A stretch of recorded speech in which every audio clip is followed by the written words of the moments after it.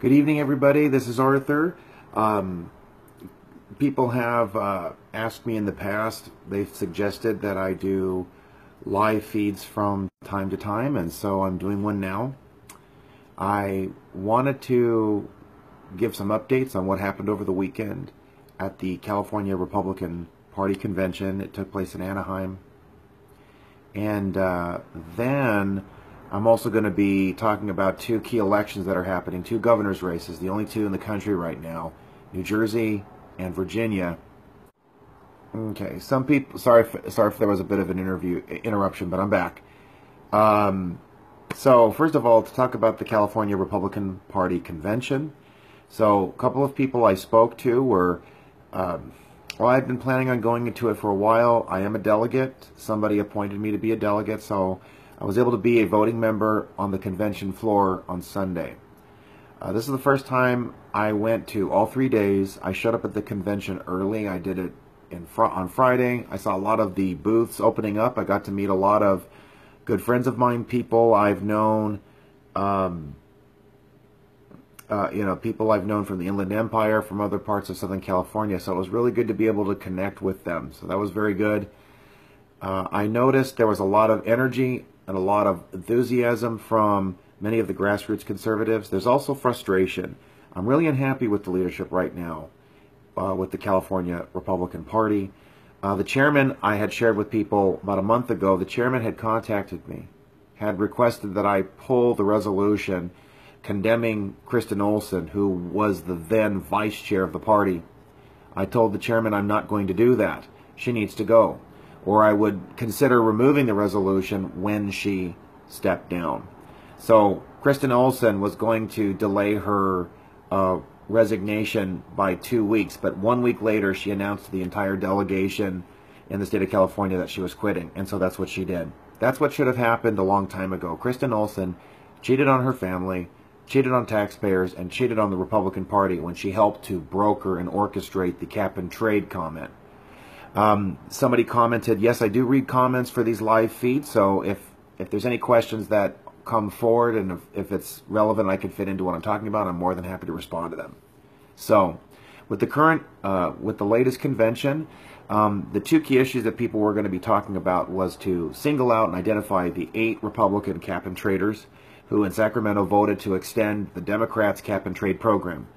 If all the Republicans had just held their ground and refused to support it, Democrats would have either had to throw themselves on a pyre and vote for it, or the program would have died. I believe that a lot of the Republicans were basically purchased.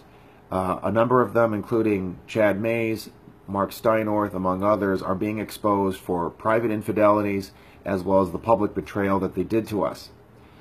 But before I get to the convention floor and the contentious issues, I'll just say I got to meet Joy Villa. I got to see Sheriff Joe Arpaio.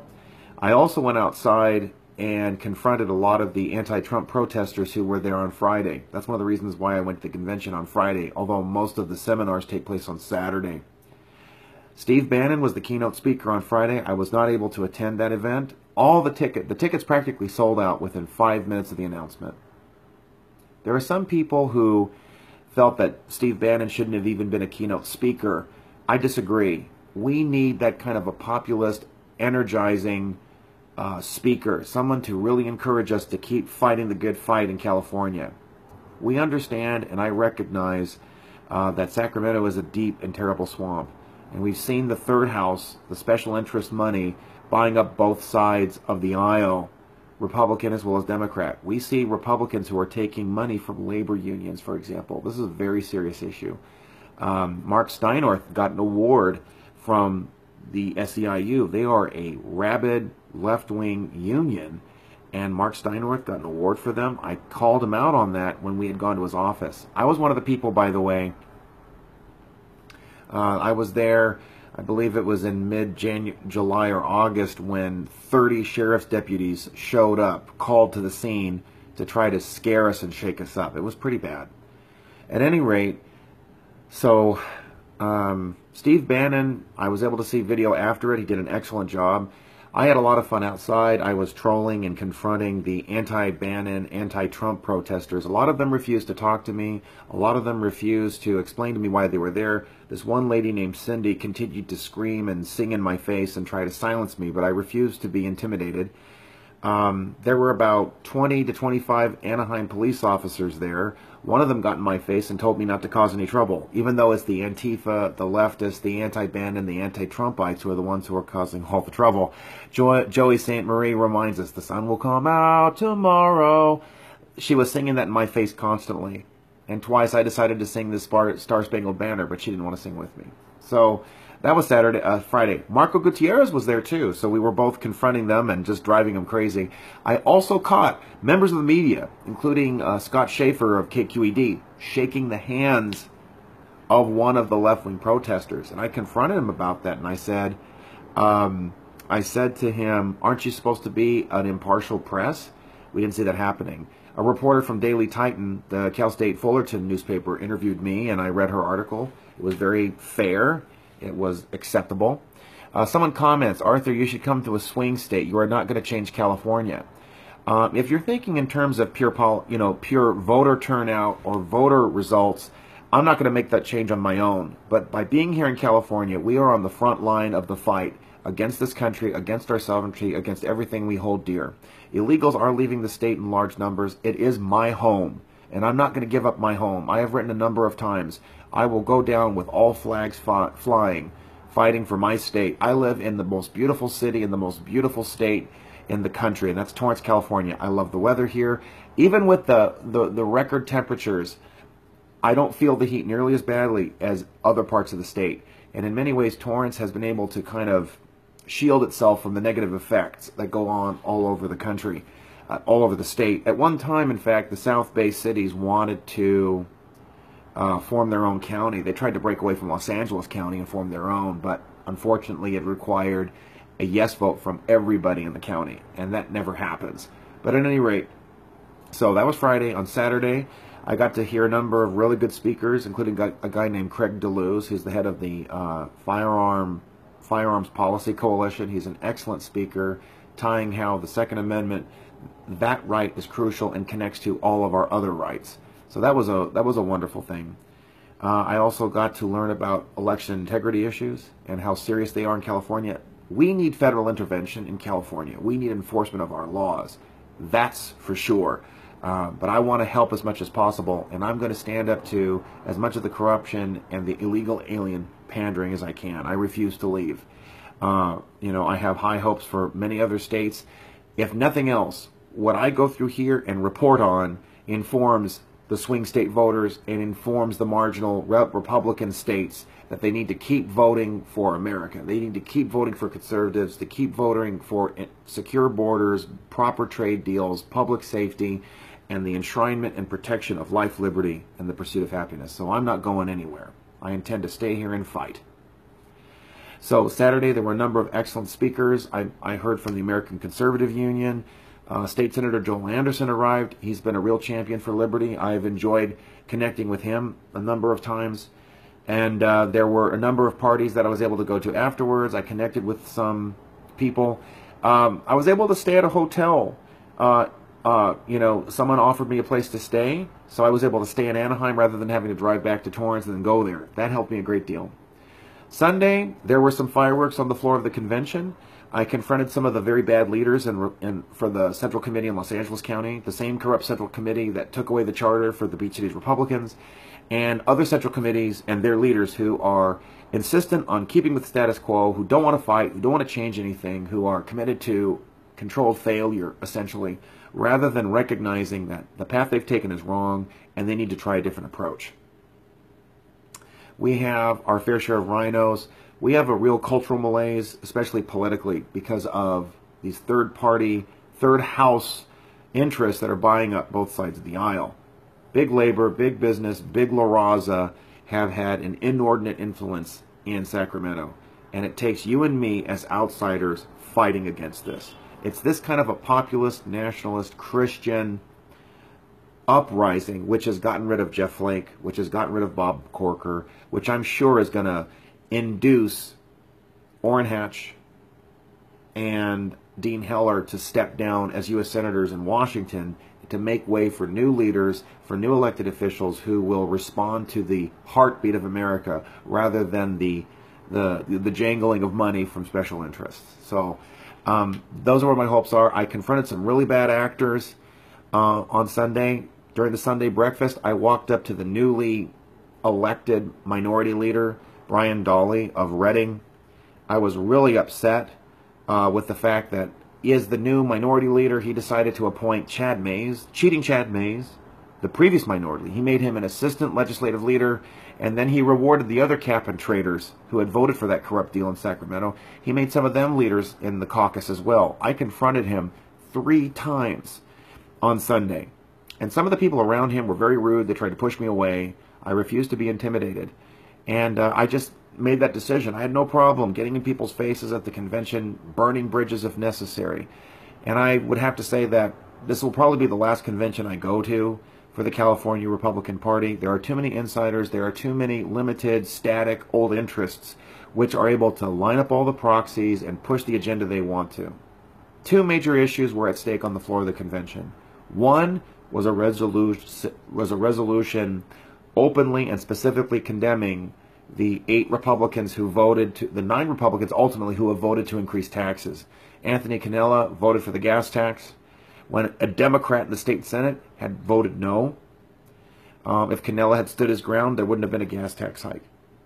And then there was the cap and trade deal. There were 8 more Republicans who betrayed us. And the motion was defeated to ensure a clear naming of names. Instead, there was a general resolution condemning tax hikes, so not as effective. So there was that. And then there was the push for a resolution to repeal the current top 2 jungle primary program that we have in place in California. The top 2 has led to us we didn't have a statewide Republican candidate running for U.S. Senate because Kamala Harris and Loretta Sanchez pretty much sucked up all the political oxygen. The top 2 needs to be repealed. We need to go back to partisan, multi-party primaries, close primaries, and then to have a competitive general election.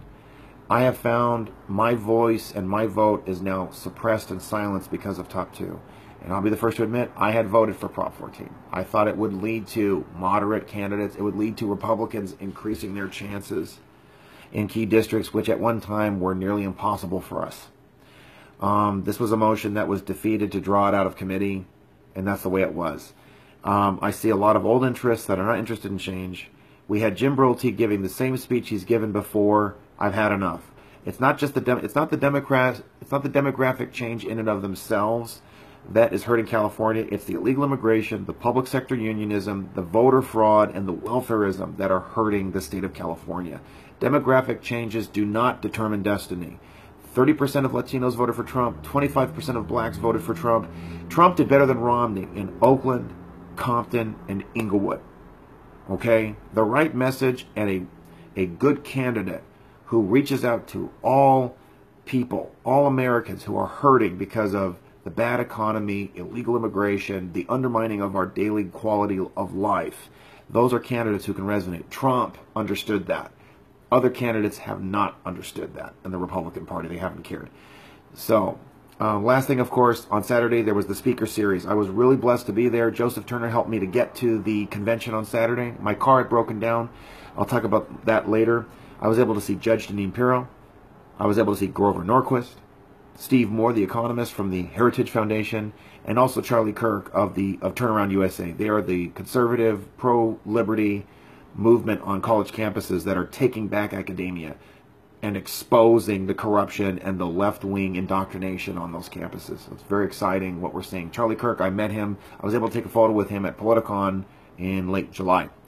Okay, so that's about the convention. We need new blood. We need more Bannons. That's going to be you and us, essentially. We have to look at the fight for our state outside of the partisan dynamic.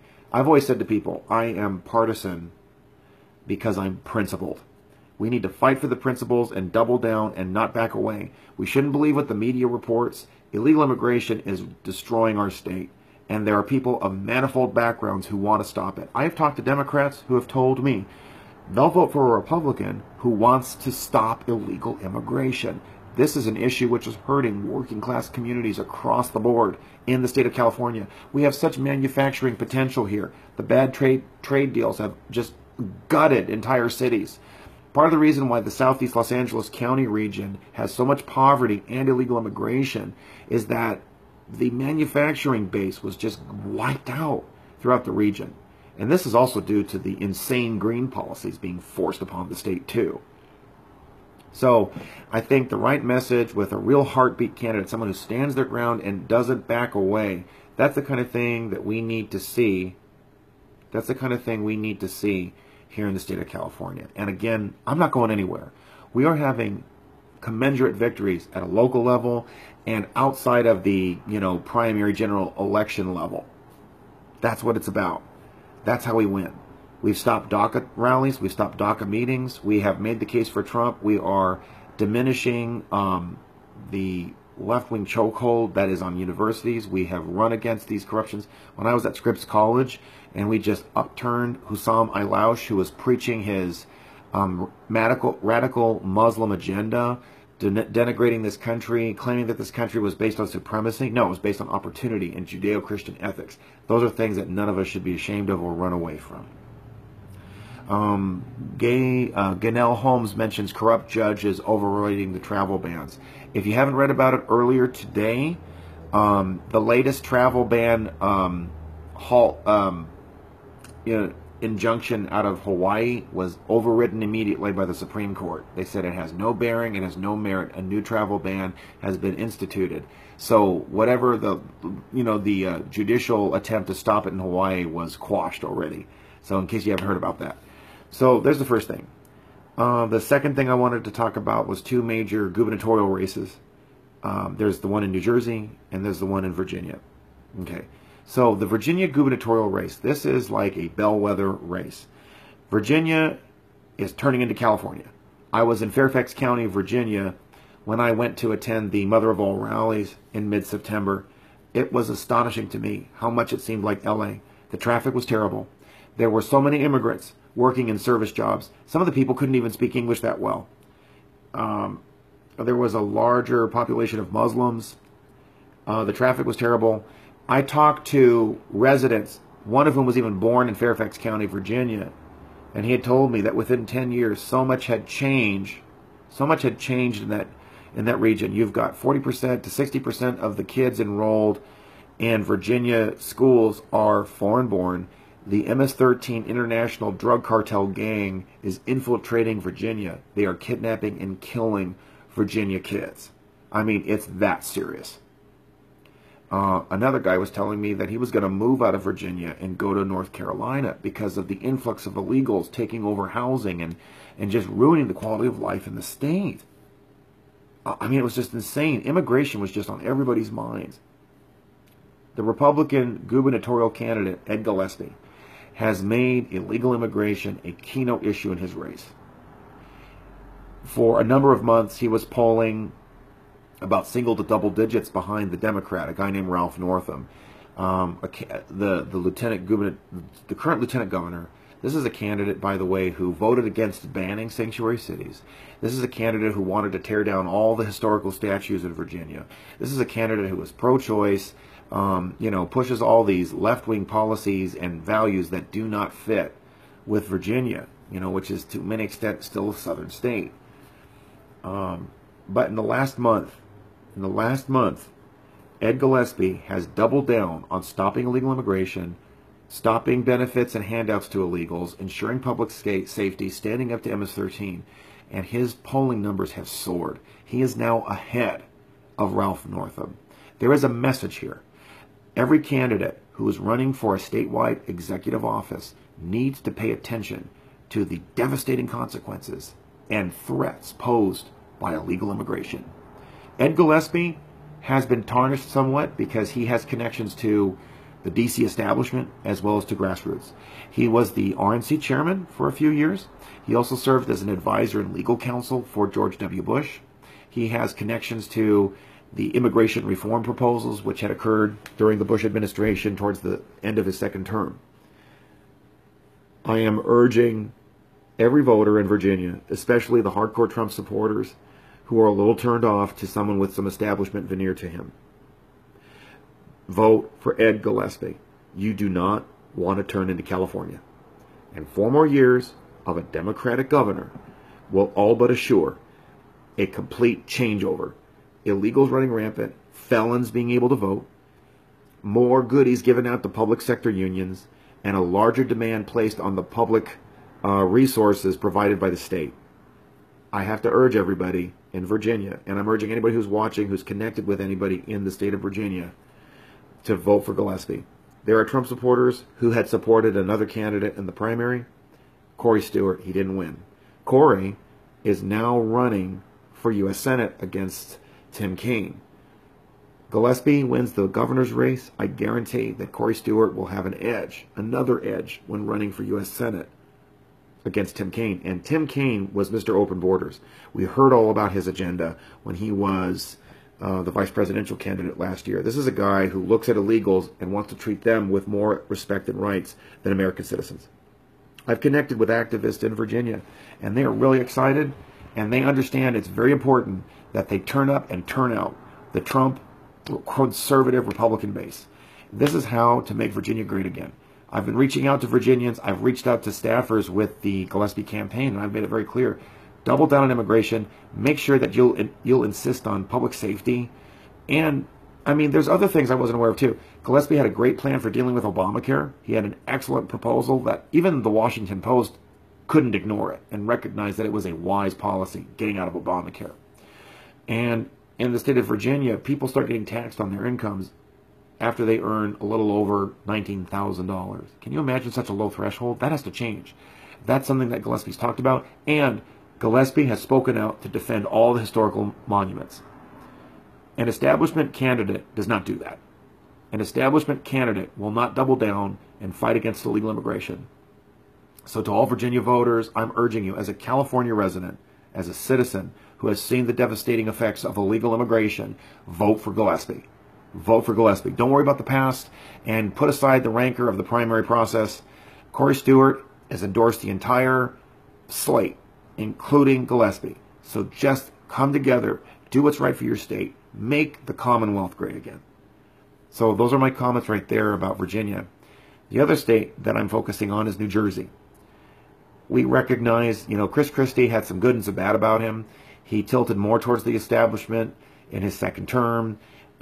He ended up signing up a DREAM Act. He's signing on to a DREAM Act, allowing illegal aliens in New Jersey to get in-state tuition. That's wrong.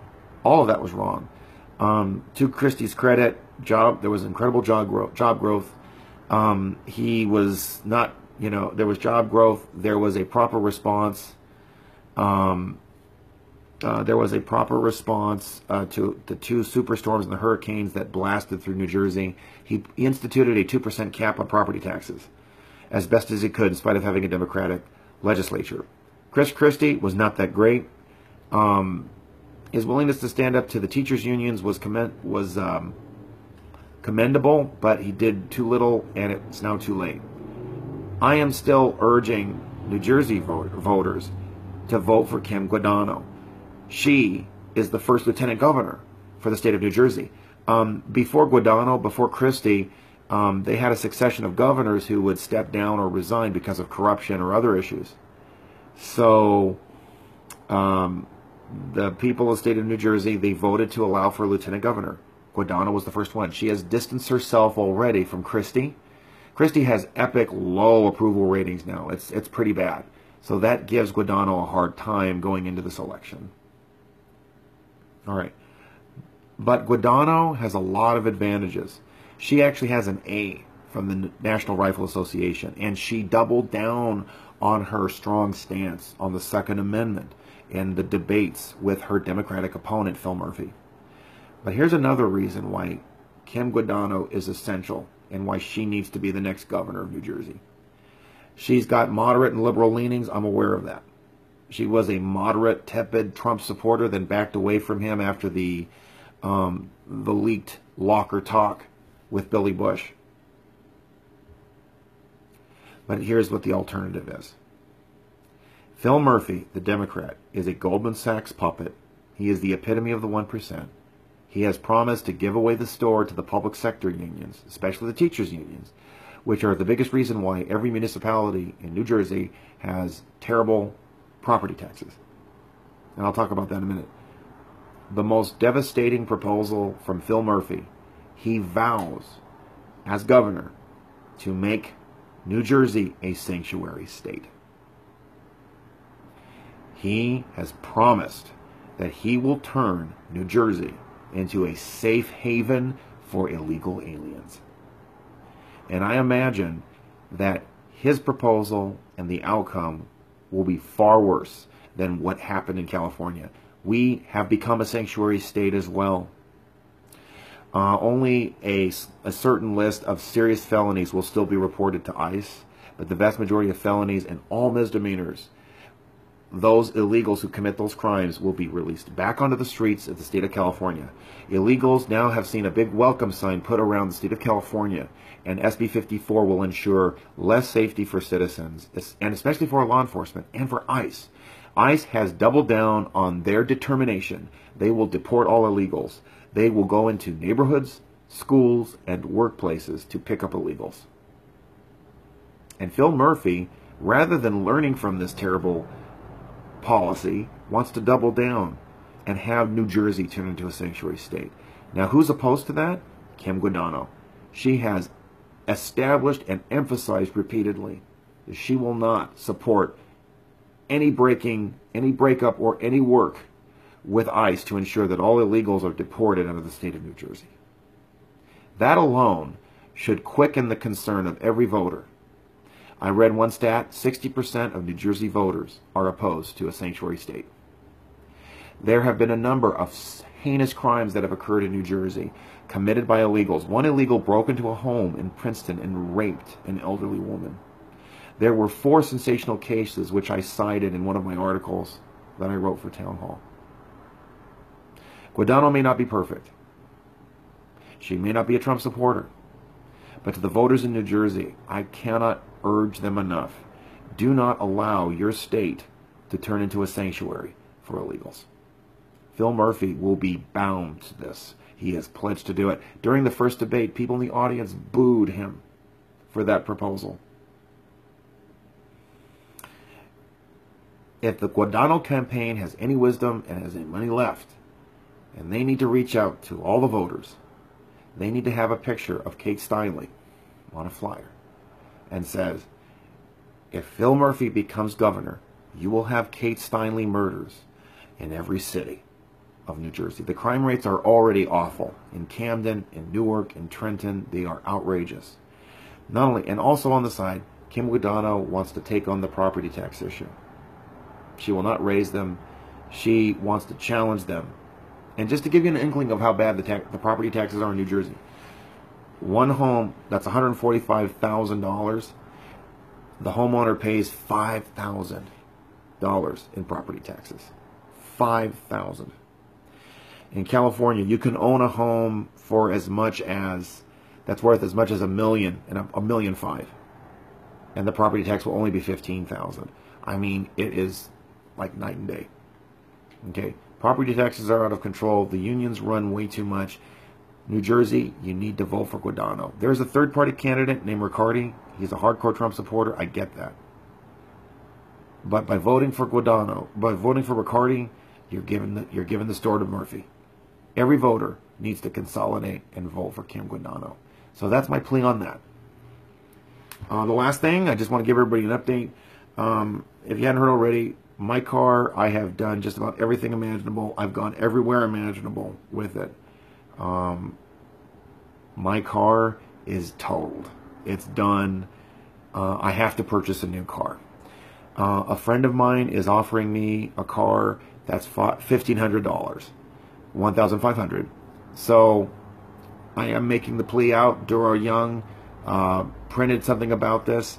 Whatever financial contributions you can make, I would really appreciate. The best way to donate to me is through my PayPal account. It is my email address, arthurschaper@hotmail.com. I'm going to just write it down here at the bottom for everybody. I've really appreciated it. I've gotten so much support from people. You know, I've been able to do a lot more because of the financial support that you've given me. I really appreciate it. Joseph Turner has assisted me. There are individuals who have seen what I've been doing, and they've appreciated the work I've been able to do, and I need your help to keep doing it. And one of the key factors for that is having a car.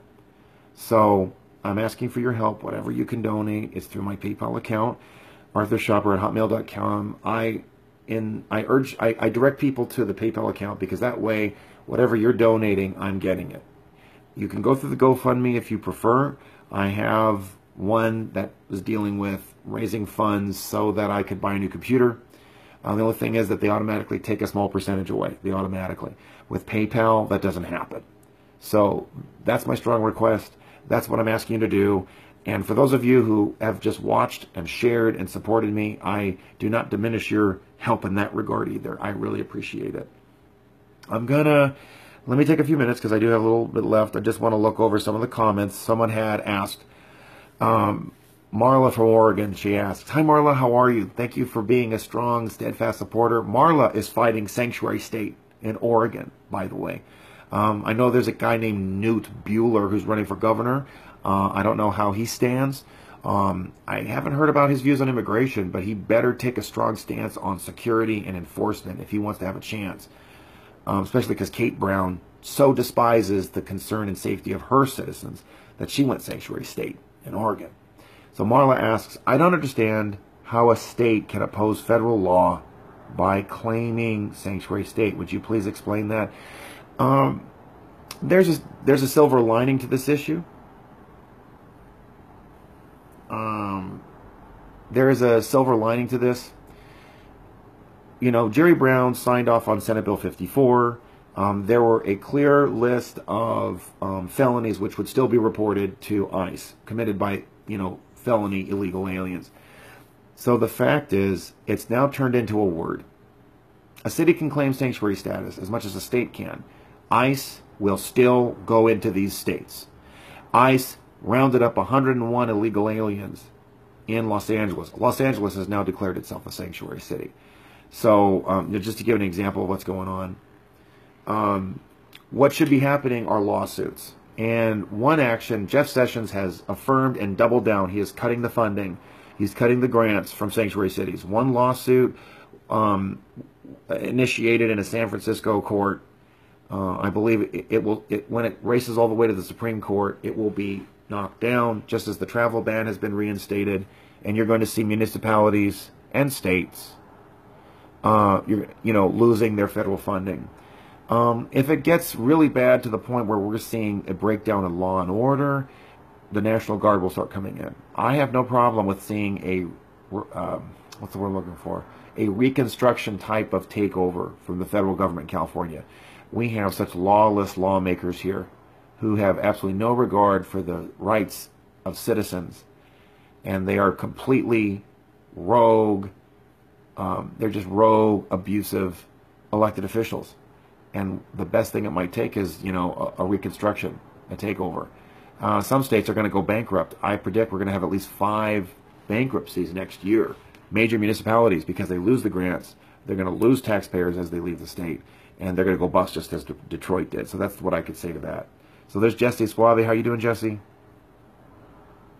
I'm just looking for any other comments or questions. This is a different approach. I hope people don't mind.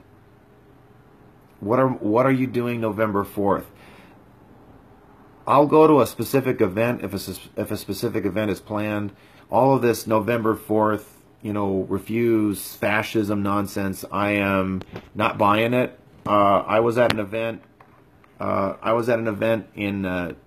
Little Tokyo where Hussam Ailaush was rallying a bunch of leftists, and he had the audacity to compare the Japanese internment to the travel ban that the president initiated. That's very offensive. The executive order issued by Democrat Franklin Delano Roosevelt targeted Japanese Americans. They were Americans. There were a handful of Japanese dissidents who were working with the Empire of Japan, but that would have never justified rounding up 120,000 Japanese Americans. Never. There's other important points to remember, too. Internment camps targeted Western populations. There were Japanese Americans who lived on the East Coast. They were not interned. Some Japanese youth, in fact, sought higher education on the East Coast, in part so they could avoid internment. The parents allowed them to do that. I can also tell you we have a Japanese American veteran whom we commemorate here in the city of Torrance. His name is Ted Tanui. There's a commemoration for him outside of Torrance High School. That's my alma mater. He fought for this country even though his relatives and friends were put into internment camps. So, you know, there's just no comparison. A democratic government targeted the civil rights of American citizens. A travel ban is about ensuring that dangerous foreigners do not come into our country. There is no comparison. And in no way is it racist. That was one of the things I shouted down against Hussam Ilaush when he kept saying Muslim ban, Muslim ban. It was not a Muslim ban. It is a travel ban, which has been extended, by the way, to North Korea and to Venezuela. And someone also corrected me. Pardon me, I have to add this clarification. It's a travel restriction because certain foreign nationals are allowed still to come to this country from Venezuela, for example. So even then, calling it a full-on ban is inaccurate. So I'm just looking for any other statements I might have missed.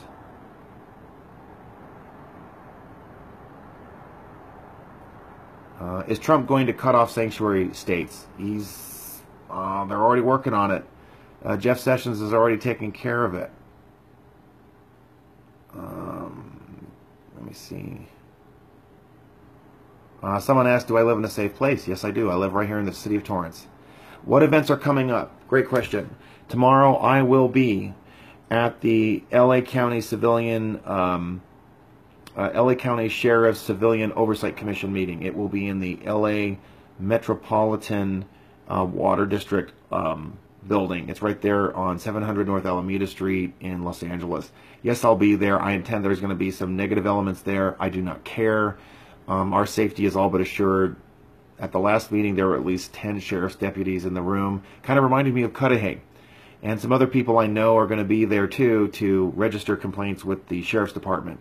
So it's going to be really interesting. I'm not worried about who may or may not show up. I do know that our going there and supporting Sheriff McDonnell in his brave decision to oppose Senate Bill 54 commanded a great deal of respect. So we've got to, hey, Alan, how are you? It was nice seeing you at the GOP convention. I think we've got a lot of swamp draining to do. We're going to have to do our own here in California. It's going to revolve on outsider grassroots. I do think that the leadership in the county and the state party needs to change. There's too much of an addiction to selling out to large donors and getting large money. I think that standing on principle and fighting for principle, one is more likely. You do the right things, you inspire the right people, and then you get donations. That's the way it needs to be. That's the way it should be. So Aaron Stignaro asks, I want to make sure I got this right. Do you think Travis Allen is legit or another bought by the GOP rhino? I am supporting Travis Allen right now. I don't think of him as bought and paid for. This is a man who has taken a solitary no vote against some very statist proposals on the floor of the assembly. This is a man who has routinely spoken out against bad legislation. He has voted against the cultural Marxist proposals like transgender bathrooms. He has been a vocal opponent of illegal immigration. He submitted a bill that would defund sanctuary cities. Friends from the group I'm a part of, We the People Rising, they testified in favor of this legislation, including my beloved, lovely Agnes Gibbony. She lost her son to an illegal. Her son, Ronald Da Silva, was shot by an illegal alien in the city of El Monte. She misses him to this day. It was a tragic and unnecessary death, and we cannot allow these terrible deaths to happen. We cannot. And Travis Allen has taken a stance on this. Jeff Thomas, do you have any plans to come back east? Would love to have an event to host an event, have a larger grassroots display. I don't know yet. I would like to. I don't know if it's possible, but I'd be willing to get off my butt and go to New Jersey and knock on doors. That's how concerned I am. I don't want one more sanctuary state. I don't want one more Democrat having such arrogant chutzpah to say in a debate that he wants to make a state a sanctuary state. I can't believe this. Governor Brown did not run on sanctuary state. This was pushed in his face by an arrogant, ambitious Democrat who's now running for U.S. Senate. His name is Kevin De Leon. This was not even Brown's initial proposal, but he's going along with it after making some slight changes. But for a Democrat to boldly, brazenly run on a platform of sanctuary state, we cannot have that. There's a lady named Penny Chaplin. We need you here really badly. You don't need me. You just need to see, just do what I'm doing. I'm inspired by God's grace. I'm inspired by that gift of righteousness. I've shared it before. Jesus Christ is my sacrifice, my salvation, my protection. You believe in him and you understand and receive that gift of righteousness. It makes you bold as a lion. That's where I get what I have to do what I do. And this is available to everyone. Available to everyone. I will make another request again. I am about to buy a new car. It's about $1,500. I'm asking you to donate. Please donate what you can to my PayPal account. I will type it a second time. Some of you who know me well and who have written it down, please please feel free to share it.